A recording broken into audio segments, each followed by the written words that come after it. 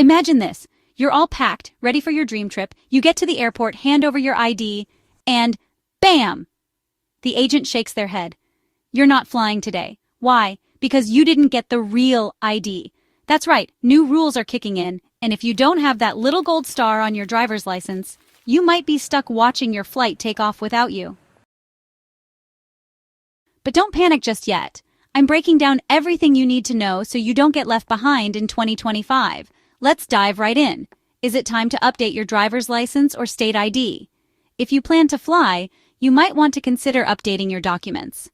The REAL ID deadline starts in mid-2025, but you might want to act early if you need to fly right after implementation or to avoid being caught in a paperwork snarl. If you're planning to take a flight in 2025, you may want to double-check your wallet. The long-awaited REAL ID rule will be taking effect. But wait, there's a twist. Some people think they don't need a REAL ID because they have a passport. Sounds logical, right? Well, not so fast. There's a catch that could still mess up your travel plans, and I'll explain why in just a second. The U.S. Department of Homeland Security will require residents who don't have a passport to have a REAL ID seal on all state-issued identification cards.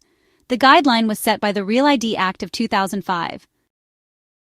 Implementation was supposed to happen in previous years, but was pushed back because of a paperwork backlog during COVID.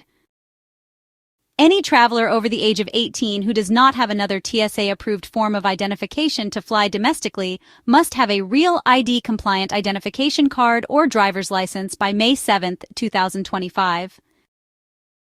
If you already have another TSA-approved form of identification, then you probably don't need a REAL ID. Now, I know what some of you are thinking. Is this just another way for the government to track us? Oh, the internet is on fire with theories about the REAL ID. Let's clear up the biggest myths right now, because trust me, not everything you've heard is true. It is official. Come early May, you will need a REAL ID-compliant ID, which you may already have, to board a domestic flight.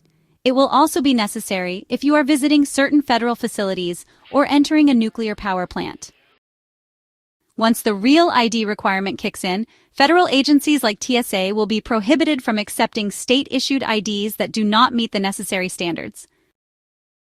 There are several types of ID available currently in the United States: standard REAL ID and enhanced. REAL ID will get you on domestic flights within the United States, and enhanced allows you entry to Canada without a passport. Enhanced IDs are also REAL ID compliant after the May 2025 deadline. What is a REAL ID? Following the 9/11 terrorist attacks, Congress passed the REAL ID Act, which requires driver's licenses and identification cards issued by every state to meet certain security standards. Now, all states must at least require proof of your legal name, date of birth, social security number, legal residency, and 2 forms verifying your address before issuing a driver's license or ID card. Thankfully, many states have been issuing REAL ID-compliant IDs for years, which means there is a good chance you already have one. The quickest way to tell is by looking at your driver's license or state-issued ID. If there is a star, it will be either black or gold, appear as a star or a cutout. Your ID is a REAL ID. Those who opt out of getting a REAL ID will be issued licenses with a federal limit supply note in place of the gold star.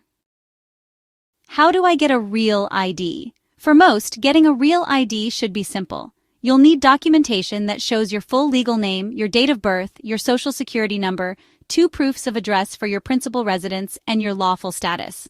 But wait, you must be wondering how much that will cost, right? It's the same amount you would pay for a normal driver's license renewal. Every state has their own set price starting from $30. What's needed for a REAL ID? According to DHS, state driver's licensing agencies can have different documentation requirements. You may, however, need different or additional documents depending on your situation, immigration status, or where you live. Non-citizens who are lawfully present in the U.S. can also obtain a REAL ID with a validity period no longer than the period of authorized stay in the United States, or if there is no definite end to the period of authorized stay, which would be 1 year. One thing to note is that the TSA still does not require children under 18 to provide identification when traveling with a companion within the United States. However, their companion will need a federally approved document. Still need a real ID? Here's what you need to know. It's best to check with your local authorities, like the Department of Motor Vehicle, to confirm what information is needed and which documents will satisfy the requirements. What is the Real ID deadline? As stated before and in other videos, the Real ID rules will take effect on May 7, 2025. Once the deadline passes, if you do not have a Real ID, you may need to provide another form of identification, like a United States passport or military ID, to board a plane. Real IDs are also optional. You will not need a Real ID to drive, vote, apply for federal benefits like Social Security, enter a federal facility that otherwise does not require an ID, like a post office, go to a hospital, or participate in law enforcement proceedings or investigations like jury duty. What if you have special identification? Do I still need a Real ID? Any traveler who has an up-to-date passport or any other TSA-approved form of identification does not need a Real ID to travel domestically. Enhanced IDs, which are only issued in a couple of states including Washington, Michigan, Minnesota, New York, and Vermont, are considered acceptable alternatives to Real ID-compliant cards.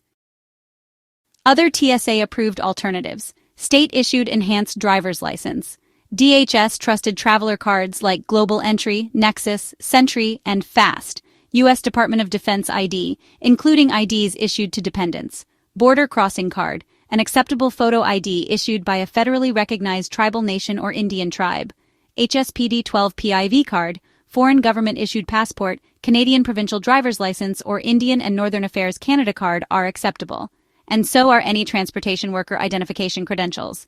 U.S. Citizenship and Immigration Services Employment Authorization Card, also known as I-766. U.S. Merchant Mariner Credential are approved options too, including Veteran Health Identification Card, or VHIC.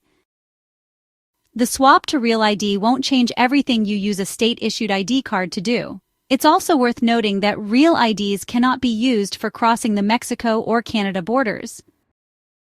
Time is running out to get a Real ID or Enhanced ID, and you do not want to get stuck at airport security if you are not prepared. Take the time now to get this taken care of so you are not scrambling at the last minute. Alright, so now you know the facts, but here's the real question. Are you actually ready?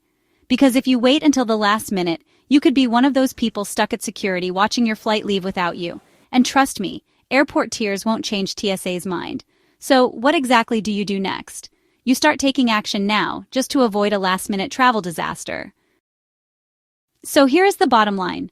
The Real ID is just a new version of your driver's license with extra security. It helps prevent fraud, makes domestic air travel more secure, and is just another hoop to jump through, kind of like airport security itself. But if it helps keep our flights safe and prevents unauthorized access to federal buildings, isn't it worth the minor inconvenience? Now here are my final thoughts. So before you get caught up in the chaos, do yourself a favor. Just go get it done. And hey, while you're at it, why not download my free ebook, Top 5 Travel Scenarios and How to Solve Them. The download link is in the description. You'll get tips that could save your next trip from disaster. And please stay tuned because a full 25 travel scenario guide is coming soon. Kindly take a few minutes to check out the links in the description. Anything you purchase will help to support the channel. Thanks in advance for doing so. And don't forget to visit the YouTube shopping area below the video. I value your support. Please share this video with your friends and family. This is your channel host Cheryl saying until next time. Safe travels, and don't forget, May 7th, 2025 is just around the corner.